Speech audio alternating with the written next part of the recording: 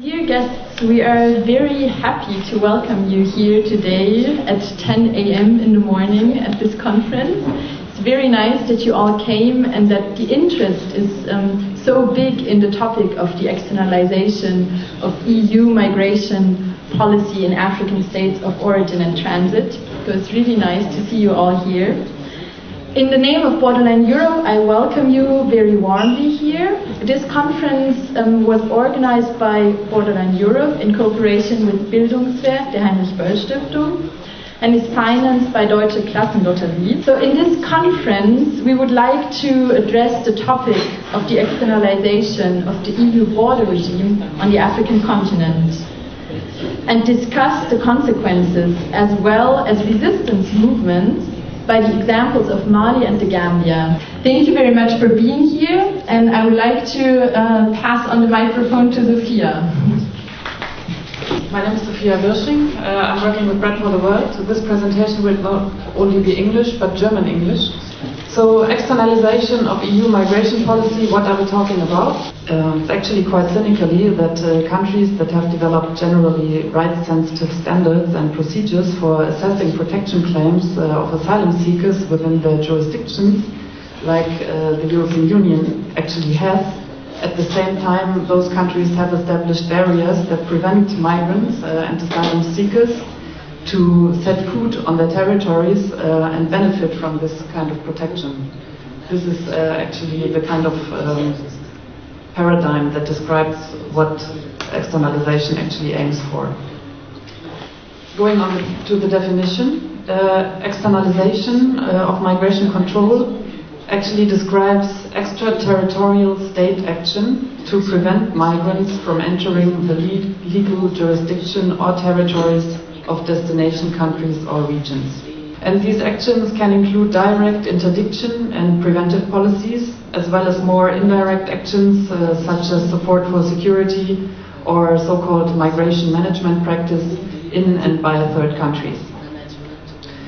The control of migratory movement is cast as an effort to prevent the so-called illegal migration or even to protect migrants from the dangers of the journey.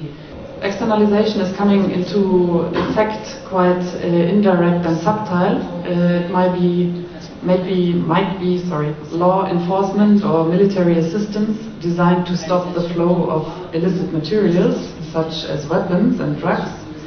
But at the same time, those measures then have the additional effect of sealing borders also to human beings, encouraging pushbacks as a consequence and increasing apprehensions and deportation practice. Policies and practices encouraging migrants' apprehensions, like interceptions or turnbacks, including on the high sea. This is actually what we have witnessed too many times, through logistical, financial, political support, or directly in exchange for aid. And as I'm representing Brot for the World, the development organization here, this is a particular concern for us, as also this kind of measures misuse the purposes of development aid. It's not about overcoming poverty anymore, but it's just like conditionalizing migration control measures. So it's all in all a two-pronged strategy to reduce access to asylum by paying a country of first arrival, like with blank money or weapons or other incentives, or by deeming the transit or first arrival state a safe third country. So once you declare a country like Turkey to be a safe country, you don't have any humanitarian obligation to take people that claim they had a need for protection in the final destination country. The EU has started with this externalization migration control processes already quite a while ago. In 2003 there was the British Prime Minister Tony Blair who came up with a new vision for refugees, where he first proposed in a it's like a white paper or something like that. He proposed regional protection areas, RPAs, which would be near refugee producing countries to contain the refugees in countries of first arrival and serve as place to which asylum seekers that had arrived in Europe could be deported back to. The idea is just to keep the refugees as close as possible where they emerge from, and there the EU would be willing to support financially, but also the countries in order to seal their borders so that they would not move on towards Europe. So once a country is declared as a safe country, where there's no real criteria applied to, it's the legal right of the final destination countries, let's say EU countries, to send back those people to those safe countries without violating the non-refoulement obligations. Regarding Africa, the externalization initiatives also, they started way before the so-called Valletta summit that I will just refer to in a moment. There has been the process of Rabat involving all the blue countries or the light blue marked countries in North Africa, where the EU initiated a dialogue in order to fight irregular migration and human trafficking.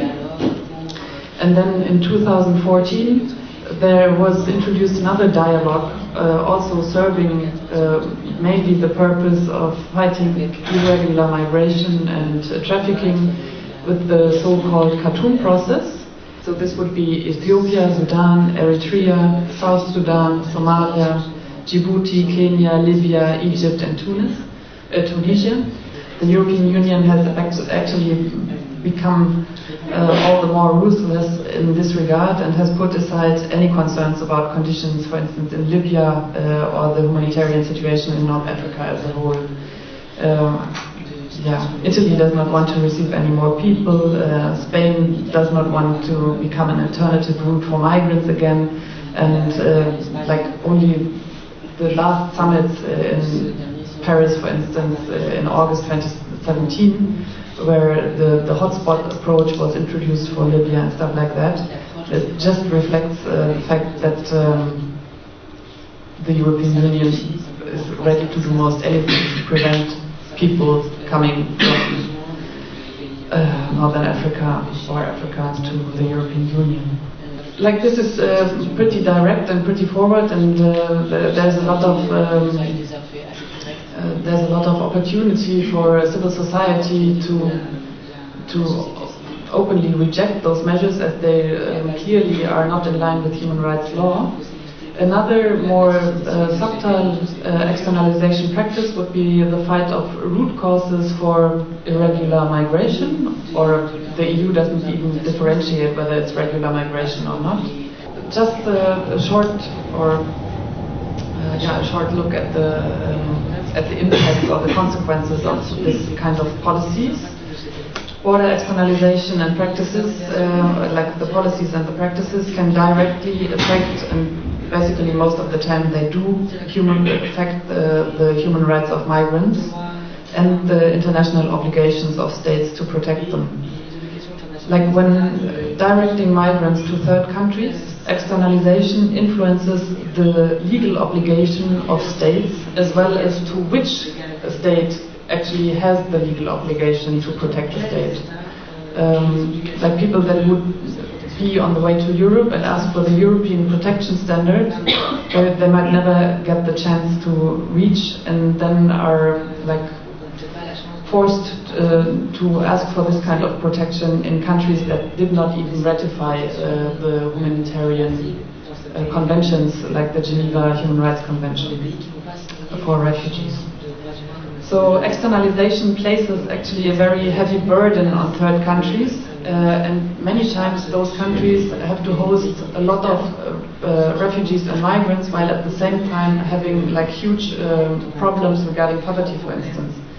Maybe as a summary, what is done also by the European Union is the support of authoritarian or dictatorial regimes as well. Countries that do not apply the rule of law are actually stabilized by these measures of externalization. What we also found out is that in the countries beyond the human rights of the migrants and asylum seekers, we see that migration is increasingly criminalized and illegalized as a phenomenon. Like you become suspicious to be would-be migrant, for instance. In areas like the ECOWAS region, where there's a freedom of mobility, like almost as close as the freedom of mobility in the Schengen area, restrictions of interregional rights to movement and mobility are imposed, and like progress that has been politically achieved is just been contradicted by this externalization policies. We actually talk of immobilizing people. And as a consequence, you also have countries where migrants are blocked in and are forced to stay. The host societies will react with increased racism and xenophobia against them. What is to be done? This might sound very simple, and it actually it is not adequate because it's not easy to do so. But what is definitely needed is the prioritization of human rights protection in migration management ambition.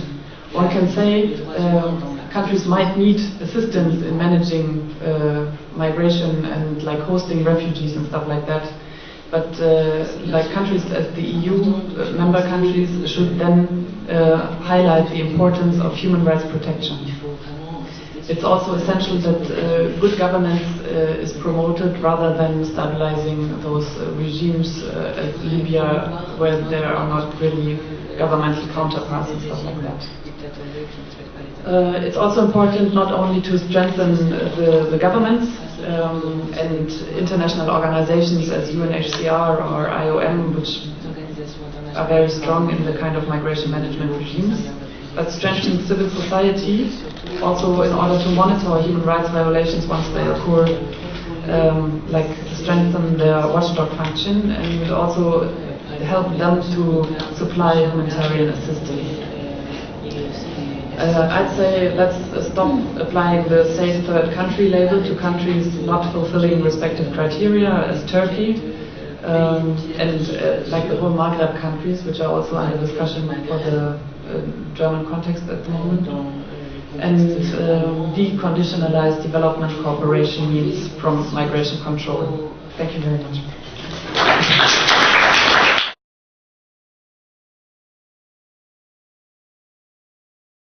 The first workshop will focus on the topic of migration policy agreements between the EU and African states. The main questions to be discussed will be: what do we exactly mean when we talk about externalization of EU migration interests? We already had an introduction of Sophia Wirsching, and we will dive deeper into this topic. And we will also have a look on what European migration interests are laying behind there. Another question will concern the EU migration policy agreements with selected African states, and we will have a look at several sectors where the where the impacts of these agreements are very much visible. The workshop will be led by Bruno Watara, as I already told you. He is part of the group gegen das EU-Grenzregime Berlin, against the EU border regime. And he is fighting against the hypocrite migration agreements between the EU and African states. And he is also for several years part of many other groups to fight the German asylum laws, for the rights of refugees and migrants, and against the Dublin agreements. In his workshop, Bruno will give you a short insight into how exactly the EU is proceeding with the externalization of their migration policies. And he will also highlight different aspects of these EU externalization tendencies, as well as the multilateral migration policy agreements, Rabat, Khartoum and Valletta. And furthermore, the topic of migration and mobility will be discussed, as well as the related contradictions in EU-African migration agreements. Voilà, ces institutions, pour dire l'aide de développement de l'Afrique ou bien des pays soi-disant pauvres, ce sont cet argent-là que l'Europe utilisent, disant qu'ils aident les Africains, mais c'est ça pour bloquer toute la migration. So European countries are using this, are using money from development trusts, saying that they are helping African countries, but what they are doing is to fight migration. Vous savez, on a bientôt dit que si un pays qui n'accepte pas à coopérer, on le force avec tous les moyens. If there is a country that does not want to collaborate, they will try to force them with every means. Dire qu'il va plus, on va fermer ses frontières, on va plus lui donner de l'aide de développement et puis tout. They say that they will close the borders and not give any money anymore. Alors que l'Europe est en train de crier sur le toit qu'il veut combattre la corruption et puis tout. And at the same time, Europe is saying that they want to fight against corruption. Ils amènent un président ici, ils donnent de l'argent, le président ne parle pas à sa population, et le président, il met l'argent dans la poche et puis c'est fini. And now those presidents are coming here, negotiating with the German government, taking the money and keeping it for themselves. Bon, ben voilà, non. Le temps où Angela Merkel était partie en Afrique pour négocier avec les pays africains comme le Niger, le Nigeria, le Mali, et voilà ce qui s'est passé. Elle est partie là-bas, c'était l'année passée, pour négocier à ce qu'on puisse admettre qu'on déporte les gens. Last year, Angela Merkel traveled to the countries of Mali, Niger and Nigeria to negotiate about migration. Entre-temps, c'était le début de cette année, l'Europe unie a eu à faire des passeports pour déporter les gens. Ce qui veut dire, pour déporter une personne, il faut que la personne ait un document. In the beginning of this year, the European Union started to produce passports in order to be able to deport people. C'est ce qu'ils appellent le laissez-passer. That are called laissez-passer. Normalement, si l'Allemagne veut déporter quelqu'un, il faudrait que l'Allemagne demande le passeport à l'ambassade de ce pays-là. So, before, when a person was deported, they had to have a passport, and if they didn't have a passport, they had to go to their respective embassy to ask for a passport. Ils ont maintenant, ils ne veulent pas aller demander le passeport à l'ambassade. Eux-mêmes, ils créent le passeport européen pour pouvoir déporter les gens. So now they don't have to go to the embassy anymore, but the German state can produce documents. Ces pays, là, à ce qu'ils acceptent, c'est laissé passer, mais tous les pays africains ont refusé de signer ça. Germany has put a lot of pressure on African countries. Pas seulement Germany, l'Europe. Europe has put a lot of pressure on African countries to accept this new procedure, but until now every African country has refused to sign. The second workshop will focus on the topic of resistance against the European border regime in Mali. This workshop will focus on the question on how the externalization of EU migration policy affects the country of Mali, and also which resistance movements were formed in Mali and how they proceed against the European border regimes. The workshop will be held by Alassane Dicko, born in Ivory Coast to a Malian immigrant who had left the country after a political turmoil for Belgium, from where he returned after 6 months off to the African continent.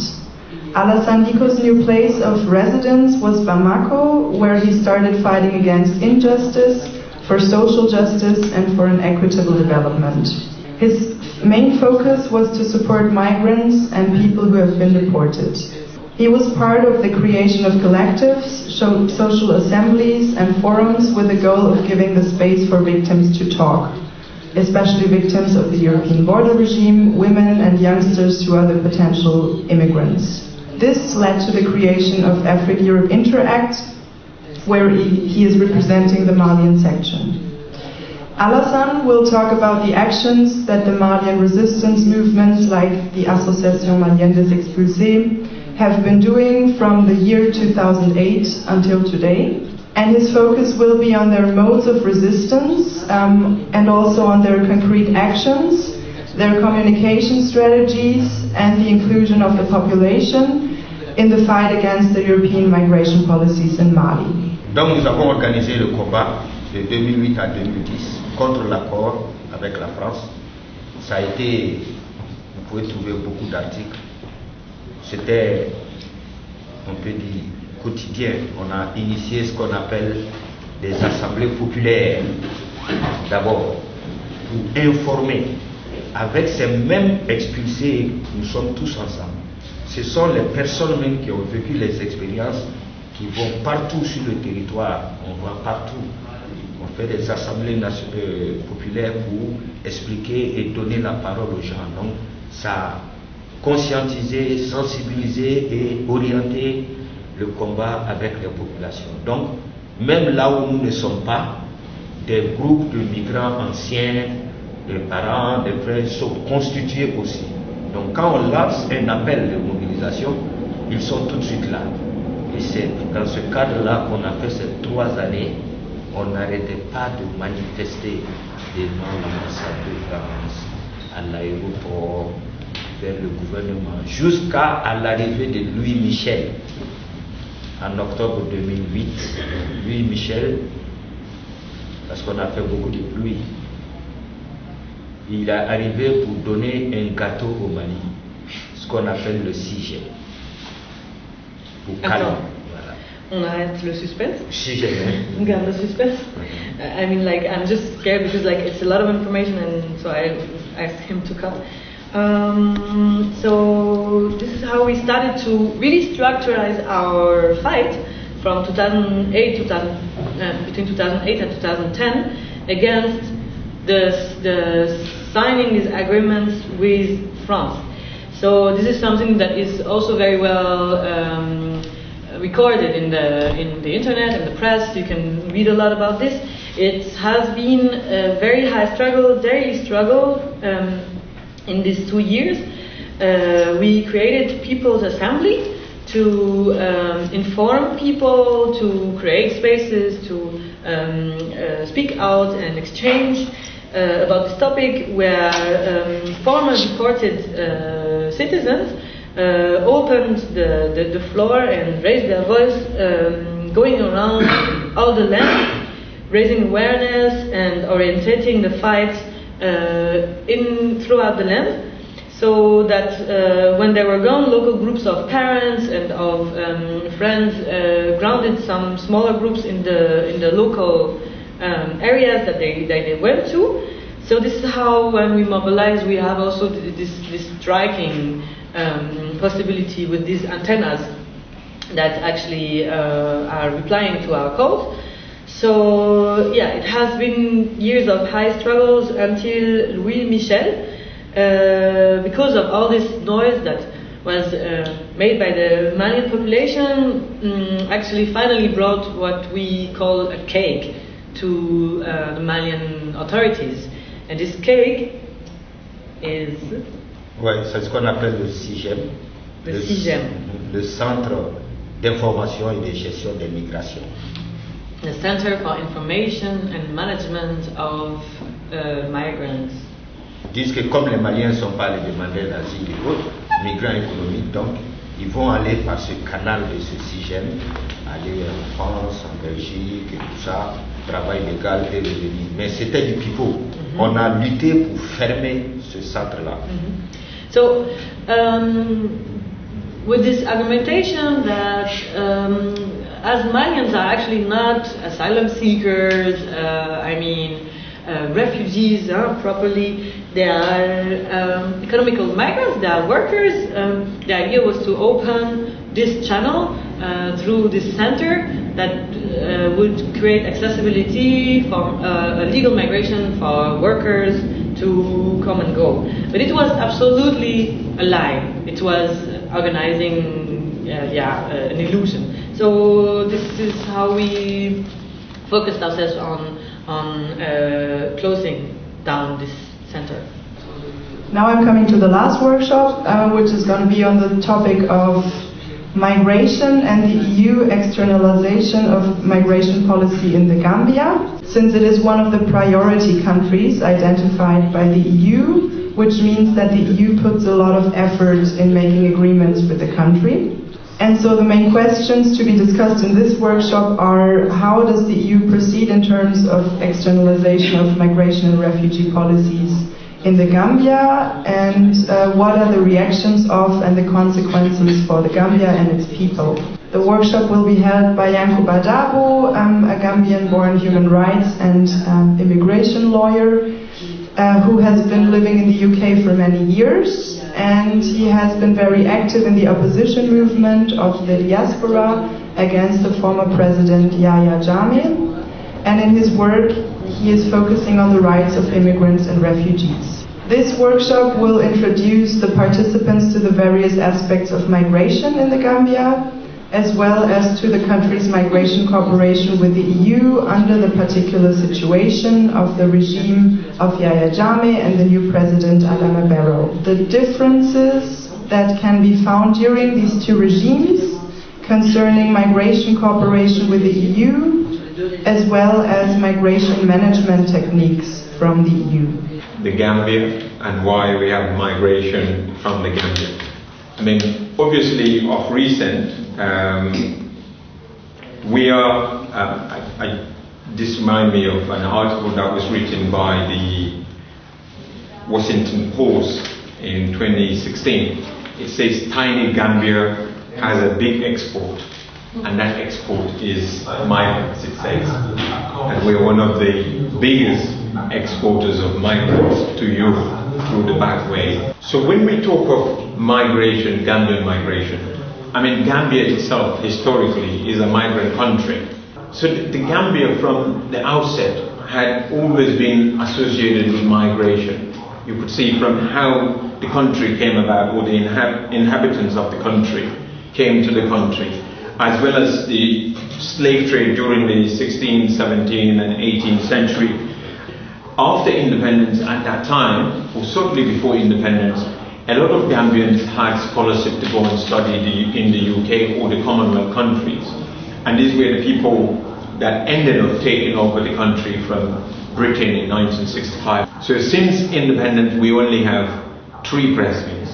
That is Jawara, and then Jammeh, and now we have Barrow. In 1965 to 1970 or 80s, the migration, people were still traveling from the Gambia.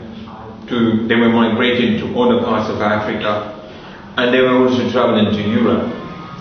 Those migrations were happening, though not to the level that we have in the motherlands, in the government, and you're able to build a compound or a nice house for your parents and everything.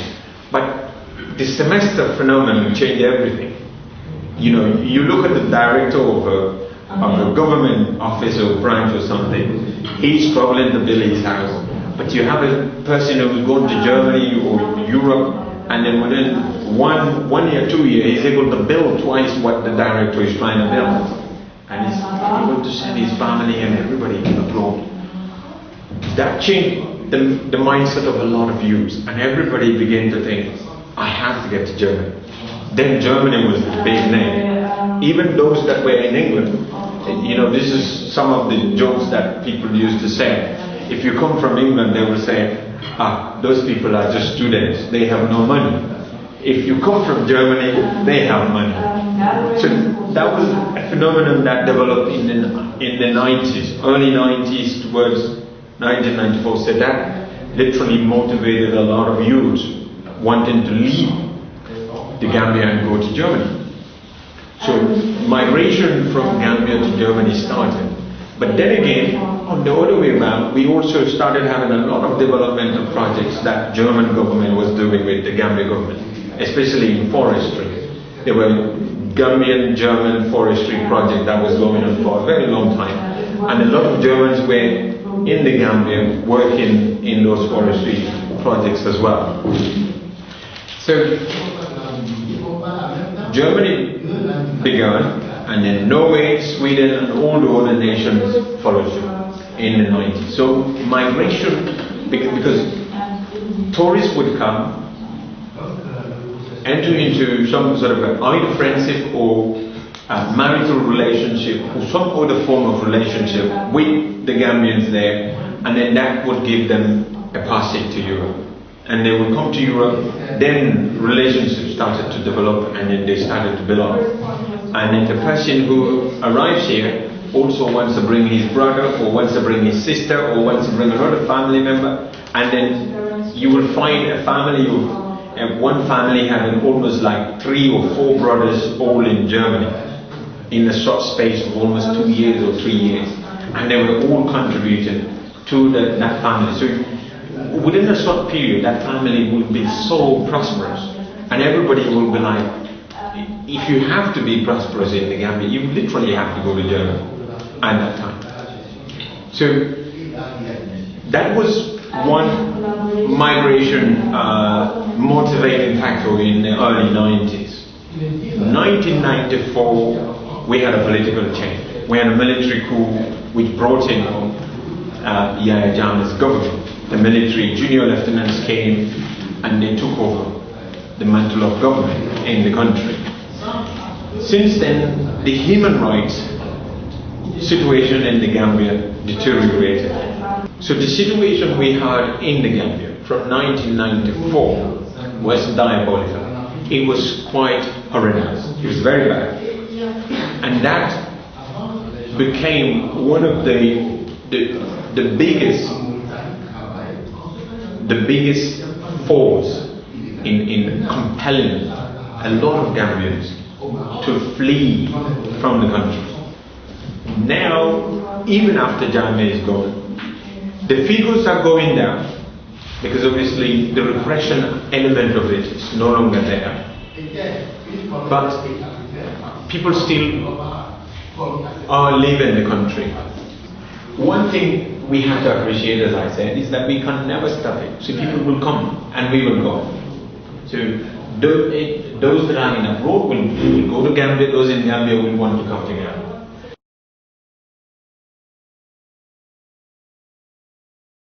Thank you very much again for being here.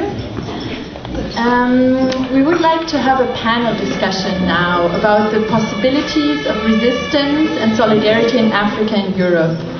Because we have talked about many issues today concerning the externalization of the European border regime, but we haven't focused on concrete actions and possibilities of resistance through an African-European cooperation.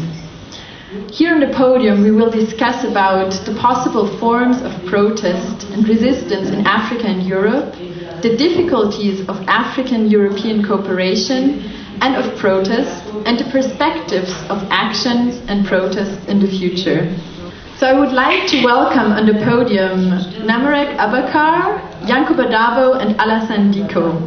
Since you already know Yankuba and Alassane from the workshops before, I would like to introduce to you Namareg Abkr a little bit more.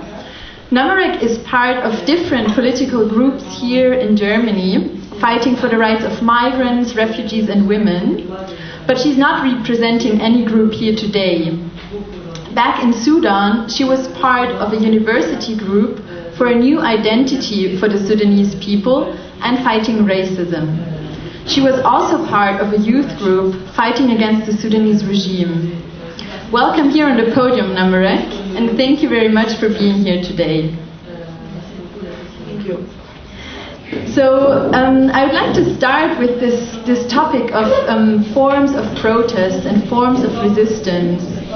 I think, Alassane, you already talked a lot about this in your workshop, but I would still like to know if you could briefly summarize possibilities of activism and protest in Africa against the European border regime.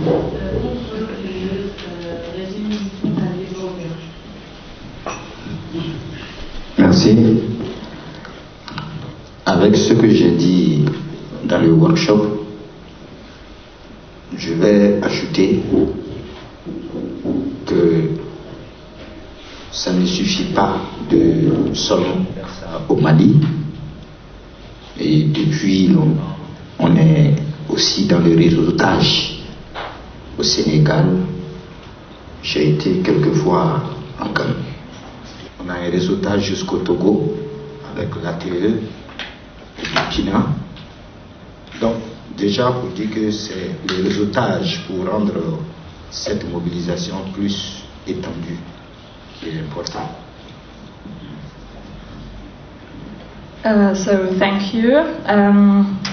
I would like to add to what I said in the morning in my workshop, that it is not enough to do protests that we started in Mali and also what has been done in Senegal and Togo and Burkina, and that our actions have to go further.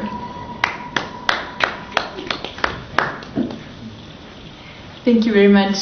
And I would like to, because we didn't talk about this very much today, also in the workshops, we didn't talk about it very much, because often the Malian migration, also the Gambian migration, and a big part of African migrations are dominated by men migrating.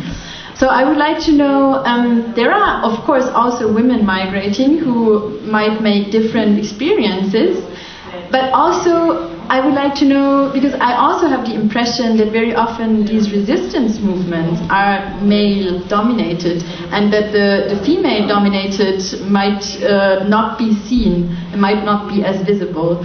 So Namareg, I would like to ask you if, like, this impression that I got, is this what you also see? And which role do women play in this African migration, which of course is huge, this question, but also in resistance movements against the European border regime? First of all, I'd like to thank you for all of you. Thank you for hosting me here today, and thank you for all of you to attend this conference. And of course, like, one day so short to talk about a lot of topics concerning the migration and the relationship between Africa and Europe and this kind of stuff. Yeah, back to your question. This is something personally make me so sad, that the representation of the women or African women in like this kind of topics are so invisible.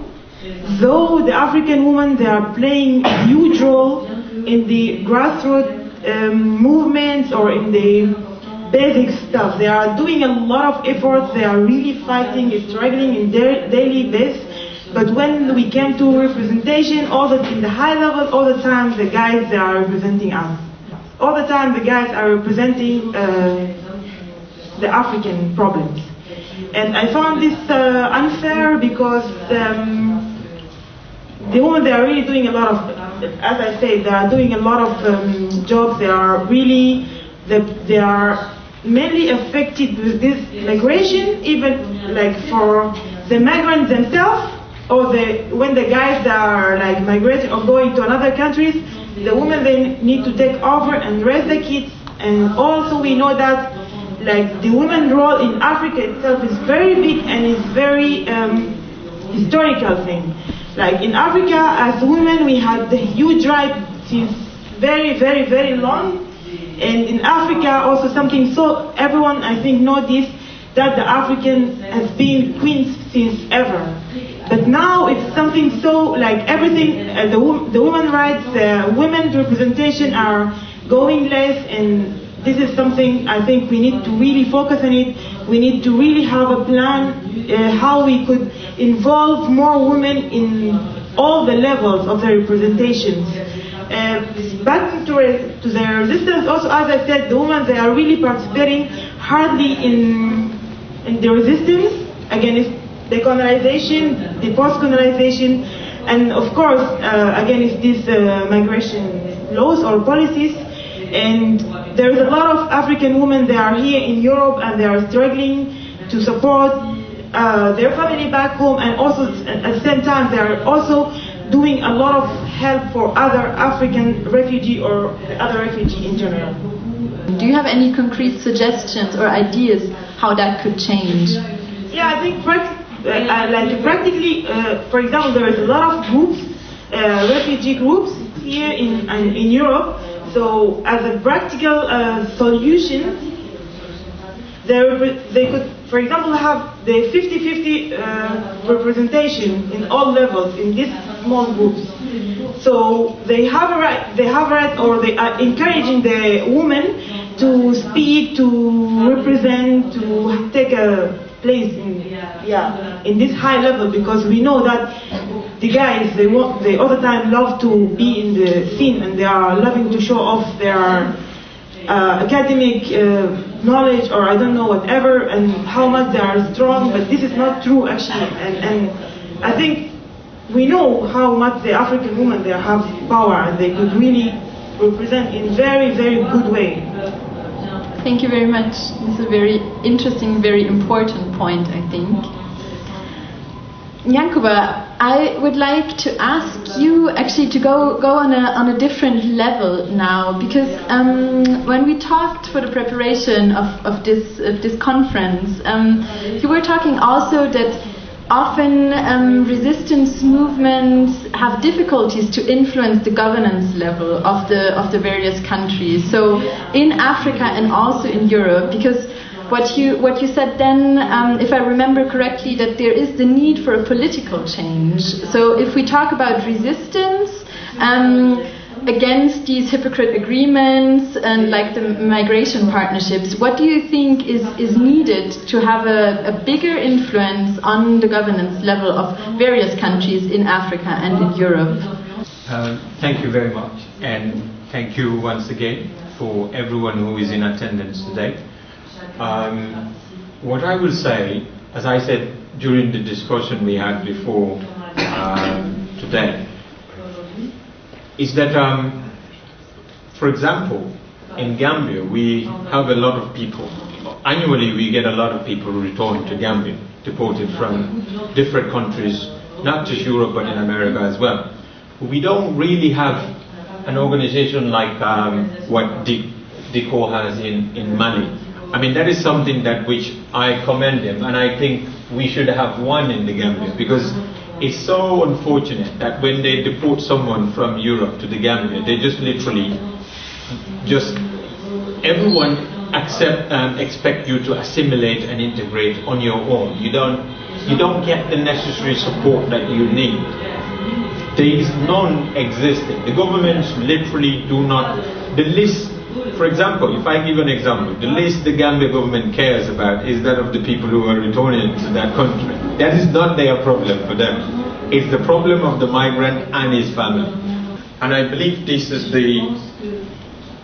the situation or scenario you have in Senegal as well as in Mali, except the fact that these gentlemen and the group they had, they decided to stand up on their own and took it upon themselves to put pressure. And I was so pleased with the fact that they were able to force President Sarkozy to move from, to prevent them from landing in Bamako, to a point that he had to go to Cotonou.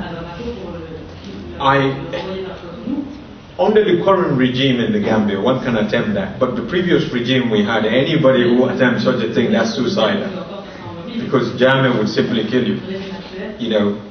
And that is one of the experiences that a lot of people who try these kind of organizations in my part of the world had to, those are the challenges they had to deal with. You have a government that is basically bunkered themselves into their own mindset. They don't open to any form of discussion on these issues.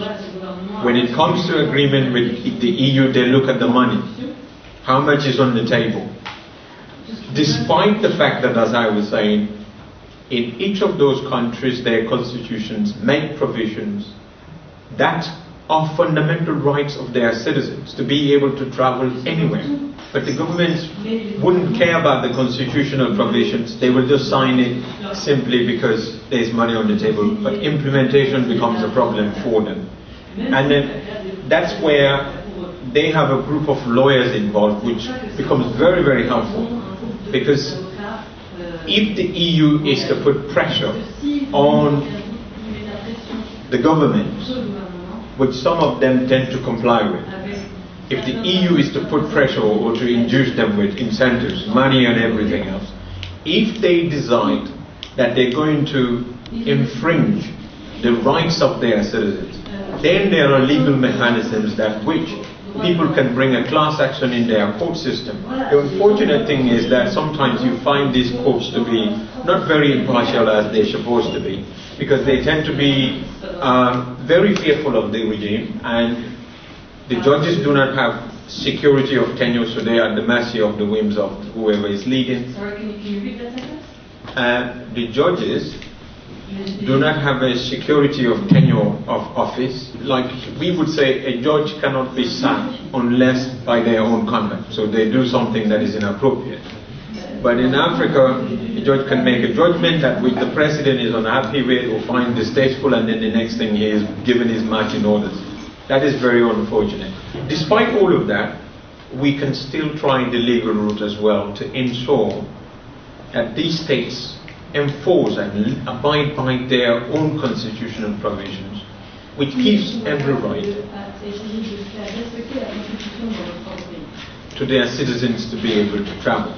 So that is one way of holding the government responsible. It's one way also countering the externalization of the EU migration scheme. As I said before, migration is a very delicate topic. A balance has to be struck at every side, both sides, on the African side as well as on this side. It's a very important point that we are talking about now, because what is if the country in which or that is having agreements with the EU is a dictatorship regime, and what are possibilities of resistance if the political situation is very dangerous in the country? And Namareg, I would like to ask you a little bit more about it, because you're from Sudan, and I think we all know that the situation in Sudan is not very easy right now, but it hasn't been before either. So I would like to maybe give some very brief explanation about this, and then to ask you what do you think? What are the possibilities of resistance groups, of protest in countries that are having a dictatorship regime? Yeah, actually we have one of the worst dictatorship in Africa, or in the whole world, I would say. Yeah, Omar Bashir, he's someone who committed genocide, and he now right now I'm 100% sure there is people get killed in this moment, because still there is war there, still there is Antonov bombing people, innocent people in their villages. There is still Janjaweed militia, they are raping women, they are just stealing from people, they are knocking your door, and they open the door, they kill you simply, and they take your cell phone. So now even the government, they are using the law to prosecute or to stop the political activists from demonstrating against them, and all of this thing is all the international society or the international communities, they know this thing, but it's so strange because they are really supporting the Omar al-Bashir regime. And just 5 days ago or something like this, America lifted the sanctions against the Omar al-Bashir regime, and it's such a shame. But also we need to know that this sanction gets lifted because of supporting of UK and Norway. They are really pushing a lot to get these sanctions lifted from the Omar al-Bashir regime. But in the same time, in the same moment where the sanctions were lifted, there were one of the displaced camps in Sudan, in Darfur, called Kalma, and Omar al-Bashir, he was visiting this camp, but the people living in the camp, they were protesting against the visit of Omar al-Bashir. And then the militia, the Janjaweed militia, simply killed 16 people like this, and they arrested a lot of people, and there is a lot of people disappeared. But though the Omar al-Bashir regime get the sanctions lifted. So, I mean myself, I don't believe in the international community. From since long time, I don't believe that the solution will come from the international community. We need to work hard ourselves first of all, and then we could wait for the solidarity come follow this process. But if we just sit and we think that Germany will stand with our own human rights, that I think this will not happen, because we all know those pragmatic or these pragmatic governments, they are just need the money, or they just want to have the benefit for their own self, not for the African people. Simply, they don't care about us. So this is also lead me to talk about the resistance and the perspective for this kind of resistance. Me myself, as I said, I believe that the resistance start from inside. In Sudan, for example, we are until now also we are fighting since long time, since 28 years against Omar Bashir. We get all the time, every day, killed, arrested, disappeared, but still we are fighting, and we are all the time trying to create new tools to demonstrate or to fight against this regime. I believe also now in Sudan there is a very strong youth movement. I was part of this also youth movement, and also there is like so huge and strong women movement, and they are really doing a great job back home. And for me, as a person who comes from Darfur, who comes from this war zone, and I practiced a lot of police violence and government violence, whatever, I know that the people, maybe I feel I'm not strong enough to stand back and to stay back and to stay at home and fight to the end, but still I'm doing as I can. From the diaspora, we are here. Quand même, supportez-nous. Supporter means écouter. S'il y a problème, vous chauffez aussi. Okay? What I would like to ask you is to support us, and to support us that means to listen and to see what we are doing there and to take it into consideration, and also if there are any problems then to make noise and to be strong and to stand strong together.